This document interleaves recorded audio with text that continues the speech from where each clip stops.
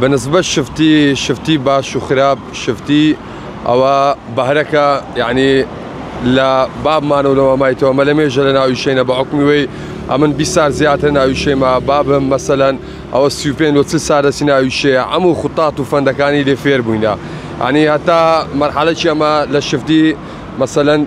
شب مالي دا بدن جيل ما زاني كوا كونيا بعد استا لفظلي خواي بزيادة يوجد دسخوشي لبام دكم كوي كرد استعمل با ئاماژەی چاو دەزانین کە ئەو شفتی ئایا چەند پێڕاگەیە مایتی پێڕابگا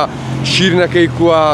سەدا چەند سۆر بووە بەس یعنی تەمەشای بکەین دەیخینینەوە لەگا ئەو دەمارانەکە کامێرەوانەکە لەگەرمان بی ئەوانەی هەموو دەمارەمە بەزەبری ئەو دەمارەی دەزانین ئەو شفتیە سەوتی کووە زیاد گەیە زیاد نەگەیە تەواو سۆر بووە تەواو سۆر نەبووە شیرنەکەی سەدا چەند شیرن بووە یعنی هەتا بگرێ لەگە دەماری لە عەزە قسە دەکەین ئەوانە هەموو بەهرەکە لە باب مولوم مایدۆ چکەوی بەحکومەتی تلسارە ناویشەیە هاو تەمەنی وی لە ویشە زۆر کەم مایەسە لە هەولێرێ